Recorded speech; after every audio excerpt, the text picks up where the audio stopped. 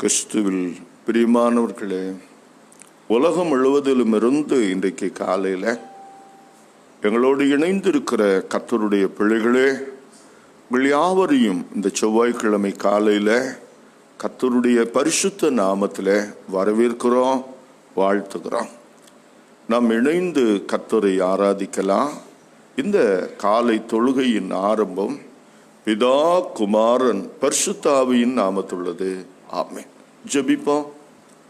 பரிசுத்தரும் கிருபை நிறைந்தவருமாகி எங்கள் நல்ல தகப்பனே, மறுபடியும் ஒரு புதிய நாளில் இந்த செவ்வாய்க்கிழமை காலை பொழுதுல உலகம் முழுவதிலும் இருந்து நாங்கள் ஒரு குடும்பமாக இணைந்து உம்மை ஆராதிப்பதற்கு, உம்முடைய பரிசுத்த நாமத்தை மைமைப்படுத்துவதற்கு, உம்முடைய வார்த்தையை தியானிப்பதற்கு, ஜெபிப்பதற்கு தந்த வாய்ப்புக்காய் ஸ்தோத்திரம்.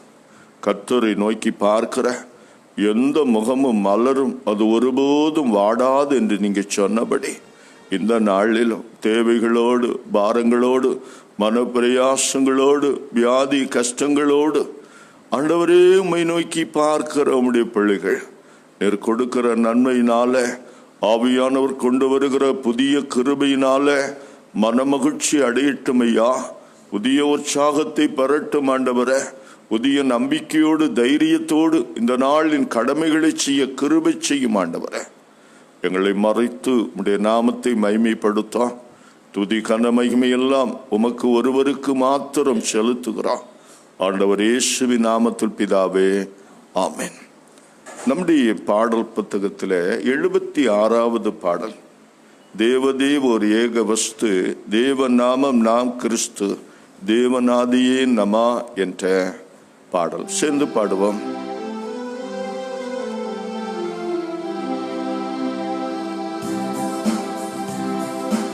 தேவநாம நாம் தேவதேவோரேக வஸ்து, தேவநாம நாம் கிறிஸ்து, தேவநாதியே நமா. தேவதேவோரேக வஸ்து, தேவநாம நாம் கிறிஸ்து, தேவநாதியே நமா. ஜீவ ஆவியேகவா அல்பாவமேகா நமஸ்து, ஜீவ ஆவியேகவா அல்பாவமேகா நமஸ்து. ஒரு தேவதேவோரேக வஸ்து, தேவநாம நாம் கிறிஸ்து, தேவநாதியே நமாம்.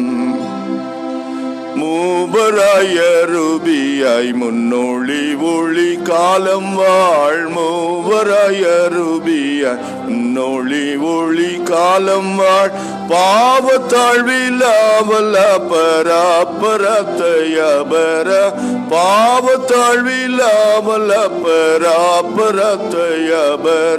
ஒரு தேவதேவோரேக வஸ்து, தேவ நாம நாம் கிறிஸ்து, தேவநாதியே நமாம். ஆதியாய நாதியாய ரூபியாய் சொரூபியாய், ஆதியாய நாதியாய ரூபியாய் சொரூபியாய். நீதி நியாய நேர்மையாய் நீடோழியாள் சுயாதீபா, நீதி நியாய நேர்மையாய் நீடோழியாள் சுயாதீபா. ஒரு தேவதேவோரேக வஸ்து, தேவநாம நாம் கிறிஸ்து, தேவநாதியே நமாம். மாசில்லாத நேசவாச மட்டில்லாத நன்மையே, மாசில்லா நேசவாச மட்டில்லாத நன்மையே. தேசுலவனாதியேசு மாசிறந்த உண்மையே, தேசுலவனாதியேசு மாசிறந்த உண்மையே. ஒரு தேவதேவோரேக வஸ்து, தேவநாம நாம் கிறிஸ்து, தேவநாதியே நமாம். ஏடிலாமை ஞான ஜோதி ஏக மாமானந்தமே, ஏடிலாமை ஞான ஜோதி ஏக மாமானந்தமே.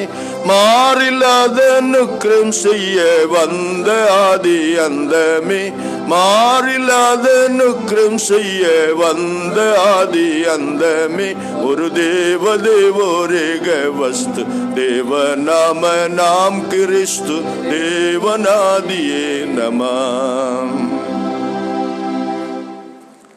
115வது சங்கீதத்தில் 9 முதல் 18 வரை உள்ள வசனங்களை சேர்ந்து வாசிப்போம். சங்கீதம் 115 9 முதல் 18. இஸ்ரவேலே, கர்த்தரில் நம்பிக்கையாயிரு, அவரே அவர்கள் துணை, அவர்கள் கேடகம். ஆரோன் குடும்பத்தாரே, கர்த்தரில் நம்பிக்கையாயிருங்கள், அவரே அவர்கள் துணை, அவர்கள் கேடகம். கர்த்தருக்கு பயப்படுகிறவர்களே, கர்த்தரில் நம்பிக்கையாயிருங்கள், அவரே அவர்கள் துணை, அவர்கள் கேடகம். கர்த்தர் நம்மை நினைத்தருளினார், அவர் ஆசீர்வதிப்பார். இஸ்ரவேல் குடும்பத்தாரை ஆசீர்வதிப்பார், ஆரோன் குடும்பத்தாரை ஆசீர்வதிப்பார். கர்த்தருக்கு பயப்படுகிறவர்களை ஆசீர்வதிப்பார், பெரியோரையும் சிறியோரையும் ஆசீர்வதிப்பார். கர்த்தர் உங்களையும் உங்கள் பிள்ளைகளையும் வர்த்திக்க பண்ணுவாராக.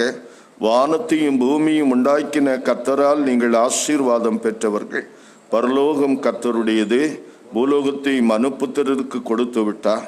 மரித்தவர்களும் மௌனத்தில் இறங்குகிற அனைவரும் கர்த்தரை துதியா.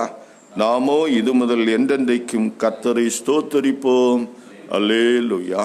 பிதாவுக்கும் குமாரனுக்கும் பரிசுத்த ஆவிக்கும் மகிமை உண்டாவதாக. ஆதியிலும் இப்போதும் எப்போதுமான சதா காலங்களாய் இருக்கிறபடியே ஆமென்.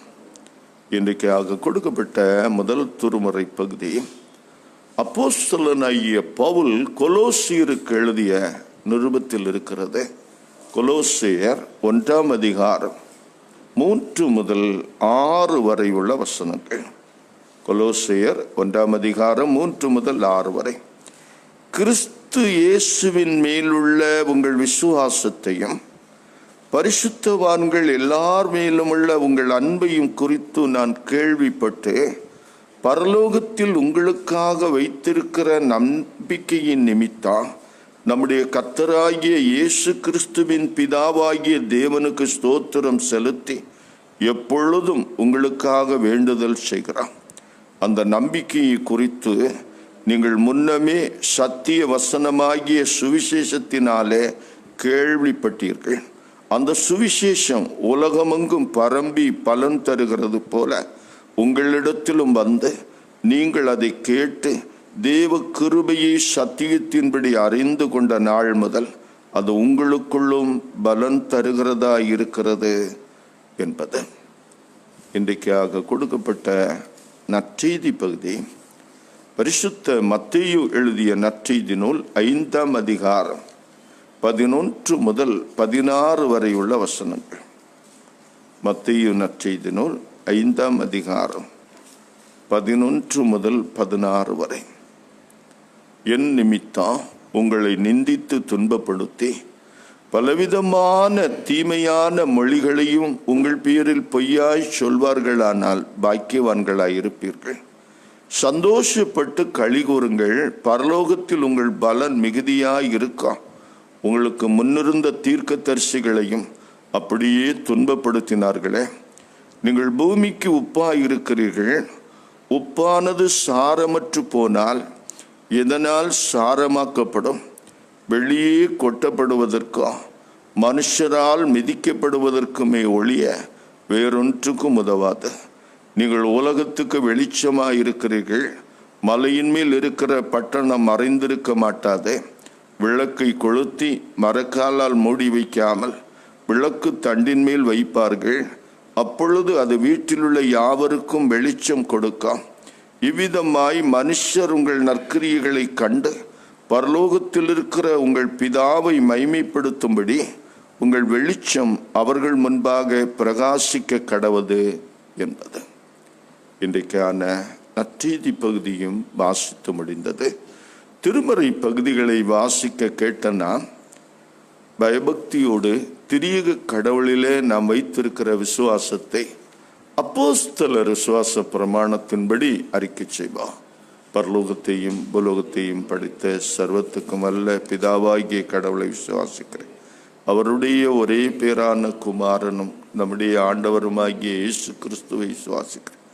பரிசுத்த ஆவியினால் கற்பத்தில் உட்பவித்து கன்னிமரியாளத்தில் பிறந்து பொந்திய பிலாத்துவின் கீழ் பாடுபட்டு சிலுவையில் அறையுண்டு மரித்து அடக்கம் பண்ணப்பட்டார். பாதாளத்தில் இறங்கி 3ஆம் நாள் மரித்தொழுந்து உயிர்த்தெழுந்தார். பரத்துக்கேறி சர்வத்திற்கும் அல்ல பிதாவாகிய கடவுளின் வலது பார்சத்தில் வீற்றிருக்கிறார். அவ்விடத்திலிருந்து உயிருள்ளோரையும் மரித்தோரையும் நியாயம் தீர்க்க வருவார். பரிசுத்த ஆவியானவரை விசுவாசிக்கிறேன். பொதுவான பரிசுத்த கிறிஸ்தவ சபையும் பரிசுத்தவான்களின் ஐக்கியமும் பாவ மன்னிப்பும் சரீர உயிர்த்தெழுதலும் நித்திய ஜீவனும் என்று விசுவாசிக்கிறேன். ஆமென். நம்முடைய பிதாவாகிய கடவுளிடமிருந்தும் கர்த்தராகிய இயேசு கிறிஸ்துவிடமிருந்தும் இந்த செவ்வாய்க்கிழமை காலையில உங்கள் ஒவ்வொருவருக்கும் கிருபையும் சமாதானமும் பெருக கடவுதே. ஆமென். கிறிஸ்துவில் பிரியமானவர்களே, இந்த நாளின் காலை சிந்தனைக்காக ஆவியானவர் நமக்கு கொண்டு வருகிற இறை வார்த்தை சங்கீதம் 73:25 வசனம். பரலோகத்தில் உம்மை அல்லாமல் எனக்கு யார் உண்டு? பூலோகத்தில் உம்மை தவிர எனக்கு வேறே விருப்பம் இல்லை. பரலோகத்தில் உம்மை அல்லாமல் எனக்கு யார் உண்டு? பூலோகத்தில் உம்மை தவிர எனக்கு வேற விருப்பம் இல்லை. இதை மாற்றி வாசித்தால், பூலோகத்தில் உம்மை தவிர எனக்கு வேறே விருப்பமில்லை, பரலோகத்தில் உம்மை அல்லாமல் எனக்கு யார் உண்டு? கிறிஸ்துவில் மிகவும் பிரியமானவர்களே, இந்த வார்த்தை நித்தியத்தை குறித்து தாவீது ராஜாவுக்கு இருந்த தெளிவை காட்டுகிறது. நித்தியத்தை குறித்து அவருக்கு மிக சிறப்பான ஒரு தெளிவு இருந்த காரணத்தினால உலக வாழ்க்கையை குறித்த அவருடைய திட்டமும் தெரிகிறது.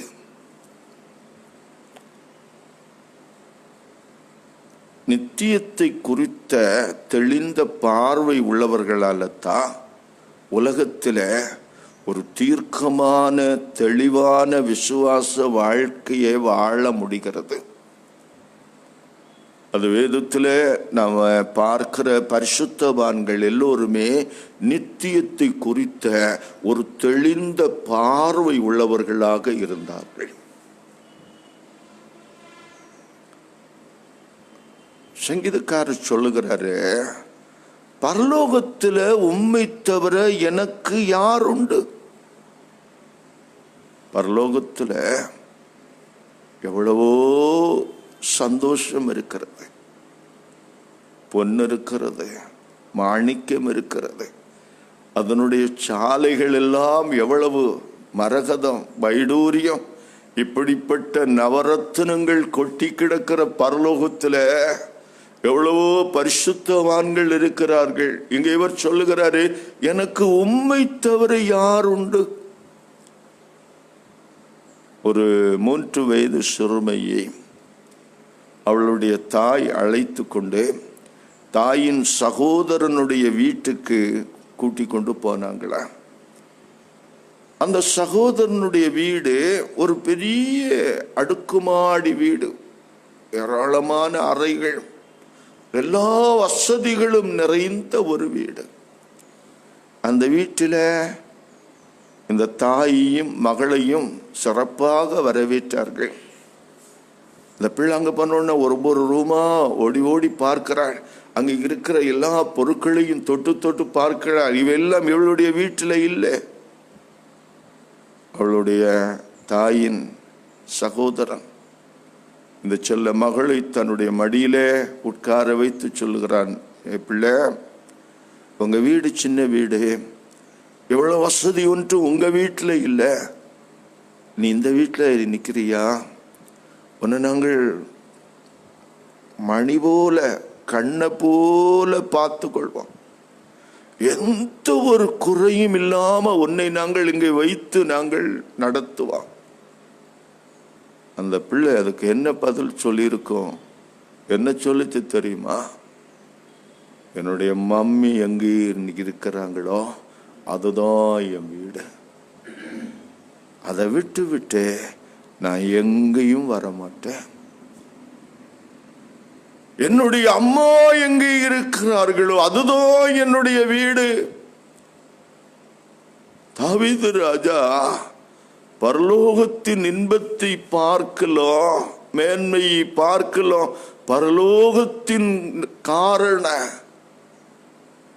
தேவாதி தேவனிலே அன்பு வைத்திருந்தா அவரை குறித்த ஒரு விசுவாசம் அவருக்குள் இருந்தது. ஆண்டவரோடு இருக்கிற வாழ்க்கை தான் எனக்கு பரலோகம். ஆண்டவர் இல்லாத பரலோகம் எனக்கு பரலோகம் இல்லை. அதுக்கு அவர் சொல்லுகிற உதாரணம் என்ன தெரியுமா? சங்கீதம் 73:24 சொல்லுகிறாரு, உம்முடைய ஆலோசனையின்படி நீர் என்னை நடத்தி முடிவிலே என்னை மகிமையிலே ஏற்றுக்கொள்வீர். நான் கர்த்தரால் உருவாக்கப்பட்டவன், அவருடைய திட்டத்துக்கு என்னை ஒப்பு கொடுத்தவன், நான் அவருடைய திட்டத்துக்குள்ளே வாழ்ந்து கொண்டிருக்கிறவன். எனக்கென்று ஒரு நித்திய திட்டத்தை என் தேவனாகிய கர்த்தர் உருவாக்கி அதிலே என்னை நடத்தி கொண்டிருக்கிறார். நான் அவரால் பிடிக்கப்பட்டவன், நான் அவரால் நடத்தப்படுகின்றவன். என்னை குறித்து தேவனுக்கு ஒரு திட்டம் உண்டு. அவர் என்னை இந்த உலகத்திலே பயங்கரமான காடு மேடுகள் கரடு முரடு எல்லாவற்றின் வழியாக நடத்தி சென்று முடிவில் என்னை மகிமையிலே ஏற்றுக்கொள்வார். அவர் என்னோடு எப்போதும் இருப்பார். என்னை விட்டு அவர் ஒரு காலம் விலகுவதில்லை. இப்படிப்பட்ட நம்பிக்கை இருப்பதனால் தான் 25வது வசனத்தில் சொல்கிறார், பரலோகத்தில் உம்மை தவிர எனக்கு யாருண்டு? பரலோகத்தில் இருக்கிற மற்றவர் அனைவரும் அவருக்கு வேண்டாதவர்கள் என்பதால் அல்ல, மதிப்பு மிக்கவர்கள், அன்பு மிக்கவர்கள், பாசத்துக்குரிய நம்முடைய குடும்ப உறுப்பினர்கள், விசுவாசிகள், பரிசுத்தவான்கள் எல்லோரும் பரலோகத்தில் இருக்கிறார்கள். அது பரிசுத்தவான்களின் கூட்டம். தேவ மகிமையை, தேவ பிரசன்னத்தை உணர்கிற இடம் அங்கே போனால் எவ்வளவோ இருக்கிறது. ஆனா தாவீது சொல்லுகிறது, தேவனோடுள்ள உறவு, ஆண்டவருடைய பிரசன்னத்திலே வாழுகிற வாழ்க்கை, அதுதான் எனக்கு பரலோகத்தின் சந்தோஷம். என் அன்புக்குரியவர்களே, இப்படிப்பட்ட ஒரு தரிசன பார்வை உங்களுக்கு இல்லாவிட்டால் இன்றைக்கு அந்த பார்வையை உங்கள் உள்ளத்தில் வைத்துக் கொள்ளுங்கள். மெக்லேரன் என்று சொல்லக்கூடிய தேவ மனிதன் ஒரு முறை சொல்லுவா, பரலோகத்தை குறித்து தியானம் பண்ணுகிறீர்களா? அப்படி என்றால் உங்கள் கண்களை ஒவ்வொரு நிமிஷமும் பரம லக்குக்கு நேராக வைத்துக் கொள்ளுங்கள். நீங்கள் உங்களுடைய கண்களை பரம லக்குக்கு நேராக வைத்து வாழாவிட்டால் அது உங்களுக்கு லட்சிய பொருளாக இருக்காது. பரலோகம் நம்முடைய லக்கு, லட்சிய பொருள். நாம உலகத்துல அடைந்து தீர வேண்டும் என்கின்ற ஒரு லக்கு இருக்குமானால், இந்த உலகத்தில் எனக்கு தேவையான ஒரே ஒரு காரியம் என்னை என்று என்னிடத்தில் கேட்டால் அது நான் எப்படியாவது பரலோகத்தை அடைய வேண்டும், அதுதான் என்னுடைய லக்காக இருக்க வேண்டும். ஒரு படிக்கிற மாணவனை பார்த்து நீ என்ன ஆக விரும்புகிறாய் என்று சொன்னால் அவன் சொல்லுவான், நான் IAS படிக்க வேண்டும், நான் IPS ஆக வேண்டும், நான் இந்த நாட்டினுடைய ஜனாதிபதியாக வேண்டும், பிரதம மந்திரியாக வேண்டும் என்றெல்லாம் சொல்லுவான். அது அவனுடைய லக்கு.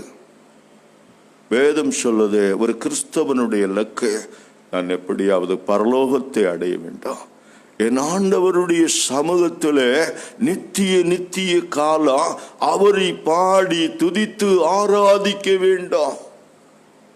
டேவிட் பெர்னார்ட் என்று சொல்லக்கூடிய தேவ மனுஷன், அவன் குஷ்டரோகிகள் மத்தியிலே ஆண்டவருடைய அன்பை பகிர்ந்து கொண்ட தேவ மனுஷன். இந்தியாவிலேயும் ஆண்டவருடைய ஊழியத்தை அவர்கள் செய்திருக்கிறார்கள். அவர் சொல்லும்போது அவர் சொன்ன ஒரு வார்த்தை என்னவென்றால், I don't want to go to heaven advanced, but give honor to God. நாம் பரலோகத்துக்கு உடனடியாக போகணும், வேகமாக போகணும், பூலோகத்தில் என்னுடைய வேலையை பாதியில் விட்டுக்கிட்டு போகணும். அப்படி ஒன்றும் ஆண்டவர்கிட்ட ஜெபிக்கவே மாட்டேன், அதுக்கு நான் அவசரம் காட்ட மாட்டேன்.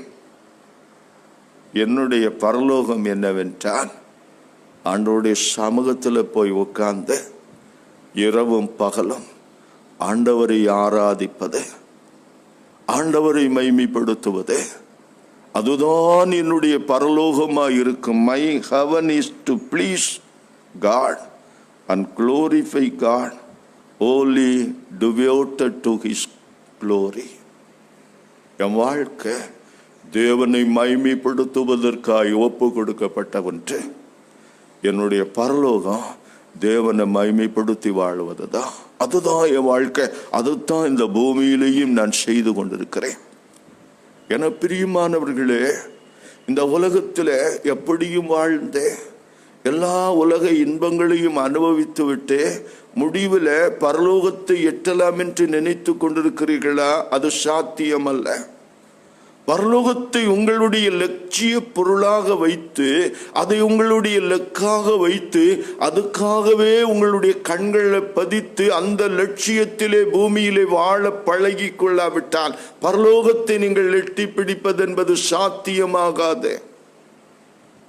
பவுலப்போஸ்தலன் பிலிப்பியர் 3ஆம் அதிகாரத்தில் இதை பற்றி சொல்லும்போது அவர் அழகாக சொல்கிறார். பிலிப்பியர் 3ஆம் அதிகாரம் 10ஆம் வசனம், இப்படி நான் அவரையும் அவருடைய உயிர்த்தெழுதலின் வல்லமையும் அவருடைய பாடுகளின் ஐக்கியத்தையும் அறிகிறதற்கா அவருடைய மரணத்துக்கொப்பான மரணத்துக்குள்ளாகி எப்படியாயிலும் நான் மரித்தோரிலிருந்து உயிரோடு எழுந்திருப்பதற்கு தகுதியாகும்படிக்கும் அவருக்காக எல்லாவற்றையும் நஷ்டமென்று விட்டேன், குப்பையுமாக எண்ணுகிறேன்.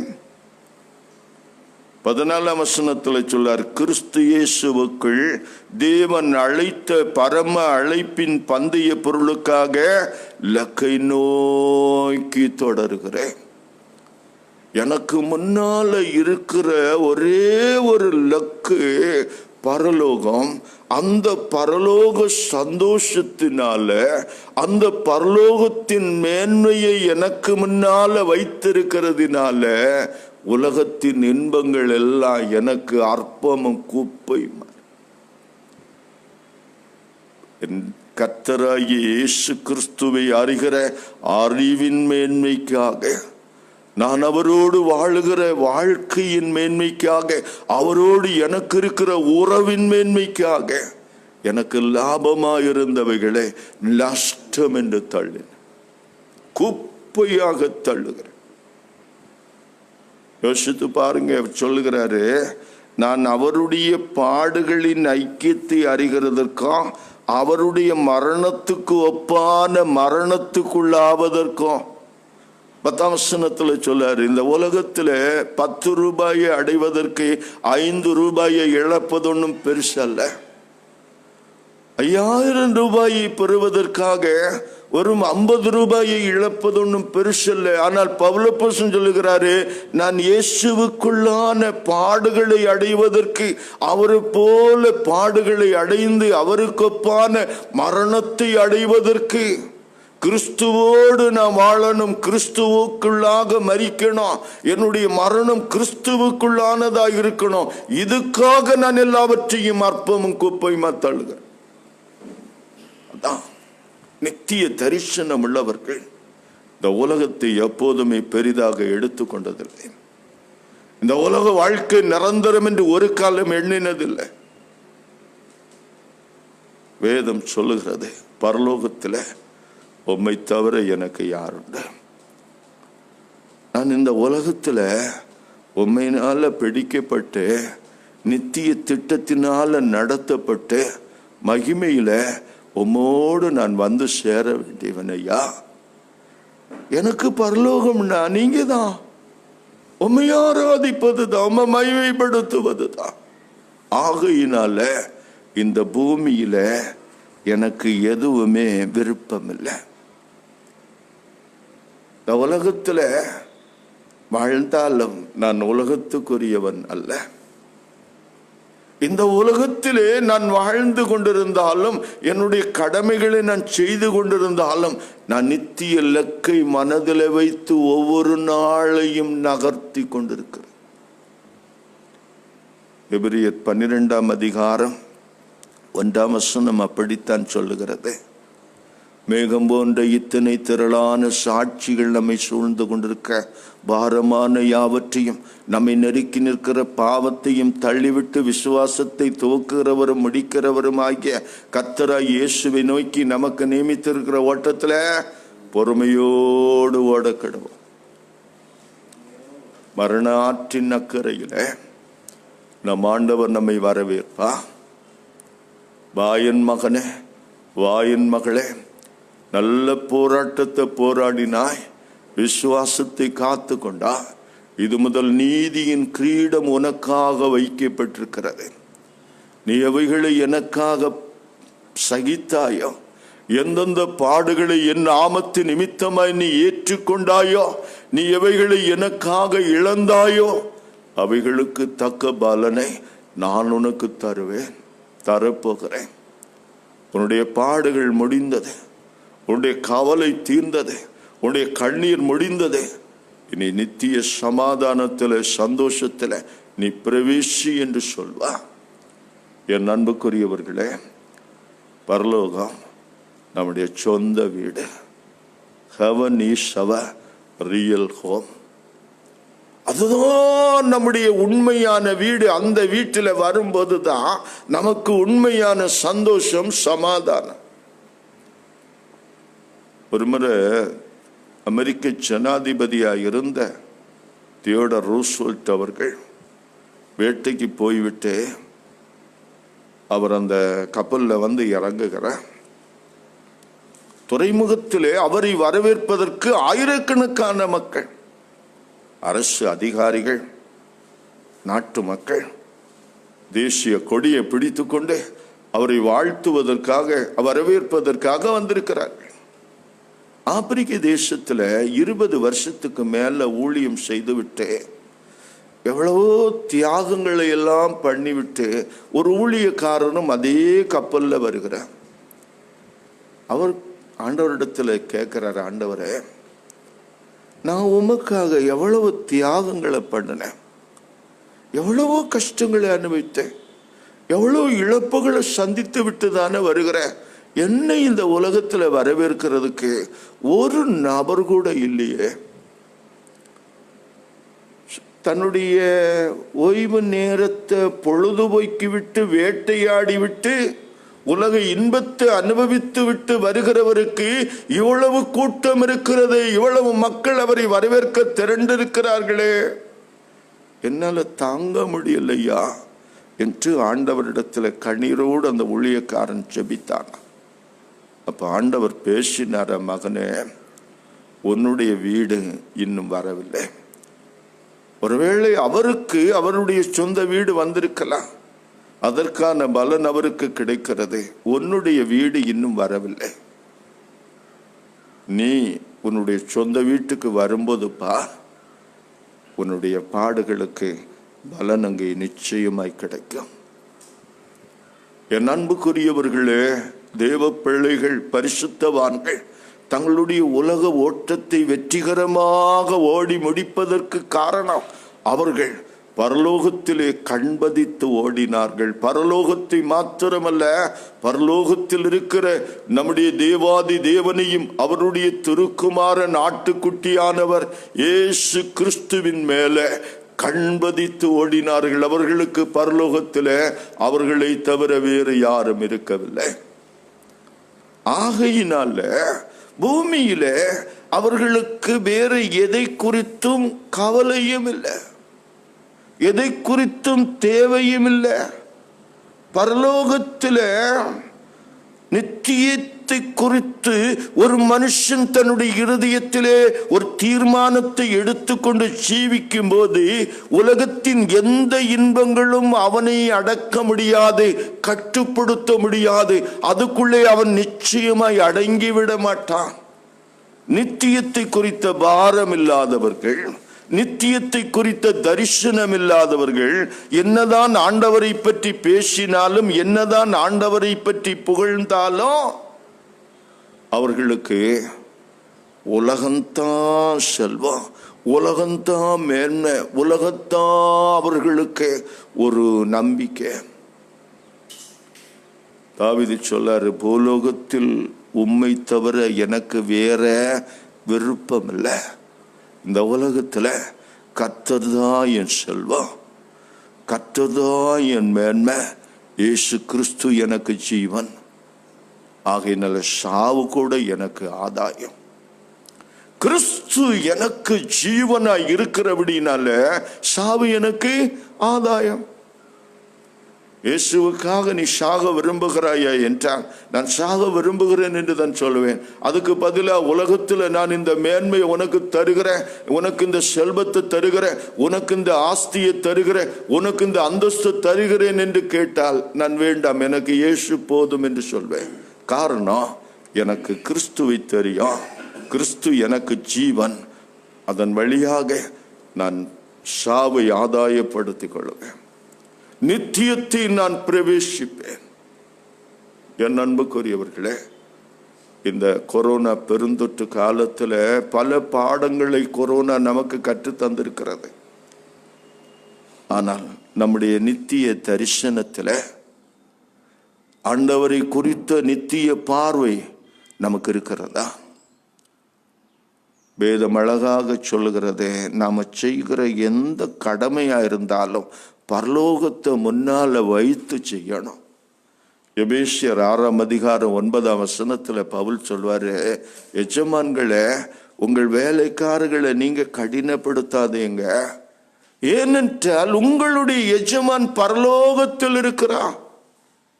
இந்த பூமியில் இருக்கிற நாட்களில் நம்முடைய வேலைகளை செய்வதில் கூட வித்தியாசம் இருக்கிறது. நம்முடைய எஜமான் பரலோகத்தில் இருக்கிறார் என்று பரலோகத்தை நோக்கி பார்த்து நம்ம வாழ்ந்தோமானா, நாம் இந்த உலகத்தில் நம்முடைய பொறுப்புகளை ஒரு ஆசிரியராக, ஒரு எஜமானாக அல்லது வேறொரு அதிகாரியாக நம்முடைய கடமையை நாம சிறப்பாக செய்ய முடியும். ஏனென்றால் நாம் பரலோகத்தை நோக்கி பார்த்து நம்முடைய கடமையை உலகத்தில் செய்ய தொடங்கிவிட்டால் நம்முடைய கடமைகளை செய்வதிலே மாற்றம் இருக்கிறது, அதுல ஒரு ஏற்றம் இருக்கிறது, அது செய்கிற விதமே வித்தியாசமாக இருக்கும். பவுலப்போஸ்தலன் சொல்லுகிறாரு, பார்வைக்கு மனுஷரை பிரியப்படுத்துகிறதாக அந்த வேலை இருக்காது, மாறாக தேவனை பிரியப்படுத்துகிறதாக நான் தேவனுடைய சித்தத்தை நிறைவேற்றுகிறேன், தேவனுடைய திட்டத்தில் இணைந்து பணியாற்றுகிறேன் என்கிற ஒரு மன நிறைவு இருக்கும். அதுல முறுமுறுப்பு இருக்காது. என் அன்புக்குரியவர்களே, பரலோகத்தில் உம்மையல்லாமல் எனக்கு யாருண்டு, பூலோகத்தில் உம்மை தவிர எனக்கு விருப்பம் இல்லை சொல்ல முடியுமா? அப்படி சொல்வோமானா நம்முடைய ஆவிக்குரிய வாழ்க்கையில நாம் ஒரு தெளிவான ஒரு நிலைமைக்கு வந்து விட்டோம். தாவீதை போல, பவுலப்போஸ்தலனை போல, பரிசுத்தவான்களை போல நாமும் ஆண்டவரை ஆராதிக்க பழகிவிட்டோம் என்ற அர்த்தம். ஒரே ஒரு காரியத்தை சொல்லி முடிக்கிறேன். ஏனோக்கு தேவனோடு சஞ்சரித்தான் என்று வேதம் சொல்கிறது. ஆதியாகமம் 5 ஏனோக்கு தேவனோடு சஞ்சரித்தான், பின்பு அவனை தேவன் எடுத்துக்கொண்டான். அதை பற்றி ஒரு பக்தன் சொல்லும்போது சொல்லுகிறாரு, ஏனோக்கு ஒவ்வொரு நாளும் ஆண்டவரோடு கூட நடந்து கொண்டே இருந்தாரா. ஆண்டவர் பேசுவார், இவர் பேசுவார், ஆண்டவர் ஓரடி வைப்பார், இவர் ஓரடி வைப்பார், இப்படி நடந்து கொண்டு சஞ்சரித்து கொண்டே இருந்தார்கள். ஒரு கட்டம் வந்தபோது ஆண்டவர் ஏனோக்க பார்த்து கேட்கிறாரா, எப்பா நீ இந்த உலக வாழ்க்கையை விட்டு ரொம்ப தூரத்துல வந்து விட்டாய். உலகம் இப்போது உனக்கு ரொம்ப தூரமாகிவிட்டது. நீ இனிமே உலகத்துக்கு போக வேண்டாம், நீ என் கூடவே உட்காரு என்று ஆண்டவர் அவரை பரலோகத்தில் வைத்து கொண்டாரா. இந்த உலகத்தில் தேவனோடு ஒரு மனுஷன் வாழ பழகும் போதே, தேவனோடு சஞ்சரிக்கும் போதே, ஆண்டவருடைய வசனத்துக்கு கீழ்ப்படிந்து அவருக்கு சித்தம் செய்து நித்தியத்தை குறித்த ஒரு பார்வையோடு நடக்கும் போதே அவன் உலகத்தை விட்டு ரொம்ப தூரம் போய் விடுகிறான். ஆண்டவர் திரும்ப அவனை உலகத்துக்கு போக அனுமதிக்கல, அவரோடு வைத்து கொள்ள விரும்புகிறான். தாவீது அப்படிப்பட்ட சஞ்சாரத்தை தான் வைத்திருந்தார். அவர் ஒரு பெரிய ராஜாவா இருக்கலாம், ஒரு பெரிய அதிகாரியாக எவ்வளவோ பொறுப்புகளை உள்ளவராக இருக்கலாம். ஆனால் அவருடைய பார்வையெல்லாம் பரலோக பார்வையாக இருந்திருக்கிறது. இன்றைக்கு காலையில் இப்படிப்பட்ட பார்வையை தேவனிடம் பெற்றுக்கொள்வோம். ஆண்டவரே, இப்படிப்பட்ட ஒரு தரிசன பார்வை எனக்கு தார், இப்படிப்பட்ட ஒரு உணர்வையும் தீர்மானத்தையும் எனக்கு தார். நான் உலகத்தில் வாழ்ந்தாலும் நித்தியத்துக்குரியவனாக நித்தியத்துக்குரியவளாக வாழ வேண்டும் என்ற ஒரு விண்ணப்பத்தோடு தேவ சமூகத்தில் நம்மை ஒப்பு கொடுப்போம். அப்படிப்பட்ட ஒரு தீர்க்கமான பார்வையை தந்து அவருக்கு பிரியமான வாழ்க்கை வாழ தேவன் நமக்கு கிருபை செய்வாராக. ஆமென். எல்லா புத்திக்கு மேலான தேவ சமாதானம் உங்கள் இருதயங்களையும் சிந்தனைகளையும் கிறிஸ்து இயேசுக்குள் பலப்படுத்தி காப்பதாக. ஆமென். 629வது பாடல், பரலோகமே என் சொந்தமே என்று காண்பேனோ என்ற பாடல். சேர்ந்து பாடுவோம்.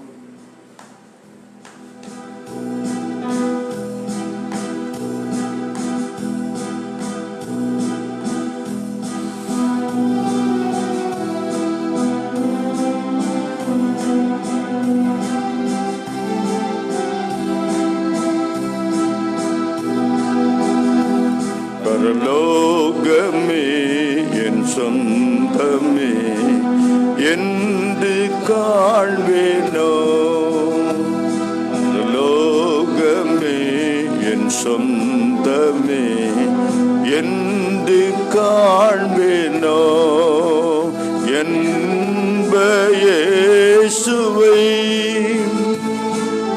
என்று காண்பேனோ, லோகமே என் சொந்தமே என்று காண்பேனோ, வருத்தம் பசி தாகமும் மன துயரம் அங்கே இல்லை, வருத்தம் பசி தாகம் துயரம் அங்கே இல்லை, விண்கிரீடம் வாஞ்சிப்பேன், விண்ணவர் பாதம் சேர்வேன், விண்கிரீடம் வாஞ்சிப்பேன், விண்ணவர் பாதம் சேர்வேன், பரலோகமே என் சொந்தமே என்று காண்பேனோ, இயேசு என் நம்பிக்கையா, இந்த பூமியும் சொந்தமல்ல, இயேசு என் நம்பிக்கையா, இந்த பூமியும் சொந்தமல்ல, பரிசுத்த சிந்தையுடன் இயேசுவை பின்பற்றுவேன், பரிசுத்த சிந்தையுடன் இயேசுவை பின்பற்றுவேன், லோகமே என் சொந்தமே என்று காண்பேனோ, ஓட்டத்தை ஜெயமுடன் நானும் ஓடிட அருள் செய்வாய், ஓட்டத்தை ஜெயமுடன் நானும் ஓடிட அருள் செய்வாய், விசுவாச பாதையில் சோராது ஓடிடுவேன், விசுவாச பாதையில் சோராது ஓடிடுவேன். லோகமே என் சொந்தமே என்று காண்பேனோ. அழைப்பின் சத்தம் கேட்டு ஆயத்தமாகிடுவேன். அழைப்பின் சத்தம் கேட்டு நானும் ஆயத்தமாகிடுவேன். ராப்பகலில்லையே இரட்சகர் வழி செல்ல. ராப்பகலில்லையே இரட்சகர் வழி செல்ல. லோகமே என் சொந்தமே என்று காண்பேனோ. லோகமே என் சொந்தமே என்று காண்பேனோ. ஜெபிப்பா. நல்ல தகப்பனே, இந்த நாளில் நீ தந்த நித்திய பார்வைக்காய் தரிசனத்துக்காய் ஸ்தோத்திரம். தாவீதை போல பரலோகத்திலே உம்மையில்லாமல் எனக்கு யாருண்டு என்று சொல்லி, உலகத்திலே உம்மை தவிர எனக்கு எதுவுமே விருப்பமில்லை என்று சொல்லக்கூடிய தெளிந்த விசுவாசத்தை, தீர்க்கமான செயல்பாட்டை எங்கள் வாழ்க்கையில தாருமையா. நாங்கள் ஆண்டவரே நித்தியத்தை குறித்து பேசுகிறோம், ஆனால் உலகத்தை குறித்து தெளிவற்றவர்களாய் இருக்கிறோம். உலகத்தை அனுபவிப்பதில், ஆதாயப்படுத்துவதில், உலகத்தில் எங்களுடைய மேன்மைகளை நிலைநிறுத்திக் கொள்ளுவதில் எங்கள் நாட்களை வீணாக நாங்கள் செலவிடுகிறோம் ஆண்டவரே. உலகம் அழிந்து போகும், நிலையற்றதே. உலக இன்பங்கள் அழிந்து போகும் என்று நாங்கள் அறிந்தும் கூட நாங்கள் அதை விட்டு நித்தியத்தை குறித்து வாஞ்சிக்குள்ள மனமற்றவர்களாய் இருக்கிறோம். கிறிஸ்துவினால பிடிக்கப்பட்ட, இயேசு கிறிஸ்துவின் இரத்தத்தினால மீட்கப்பட்டு பரிசுத்தமாக்கப்பட்ட, தேவ ஆவியினால நடத்தப்படுகிற தேவ பிள்ளைகளுடைய வாழ்க்கை ஆண்டவரின் மேல கண்பதித்து வாழுகிற வாழ்க்கையாய் இருக்கா. பரலோகத்திலையும் தேவாதி தேவனைத்தான் மனதுக்கு முன்னால வைத்து வாழுவான், முகத்துக்கு முன்னால வைத்து ஆராதிப்பான். ஆண்டவரே, இப்படிப்பட்ட ஒரு தீர்மானத்தை எங்களுக்கு தாருமையா. உலக வாழ்க்கையை வீணாக்கி போடாதபடிக்கு ஆண்டவரே, ஏனோ தானவென்று வாழ்ந்த உலகத்திலே எங்கள் ஆத்துமக்களை பாழ்படுத்தி விடாதபடிக்கு உணர்வுள்ள ஒரு இருதயத்தை தாரும் ஆண்டவரே. ஒரே ஒரு வாழ்க்கை, இந்த வாழ்க்கை உமக்காக வாழ எங்கள் ஒவ்வொருவரையும் ஆவியானவரை நீர் பலப்படுத்தும். இன்றைக்கு காலையில் உம்முடைய வார்த்தையை கேட்ட ஒவ்வொரு உம்முடைய பிள்ளைகளையும் ஆசீர்வதியும் ஐயா.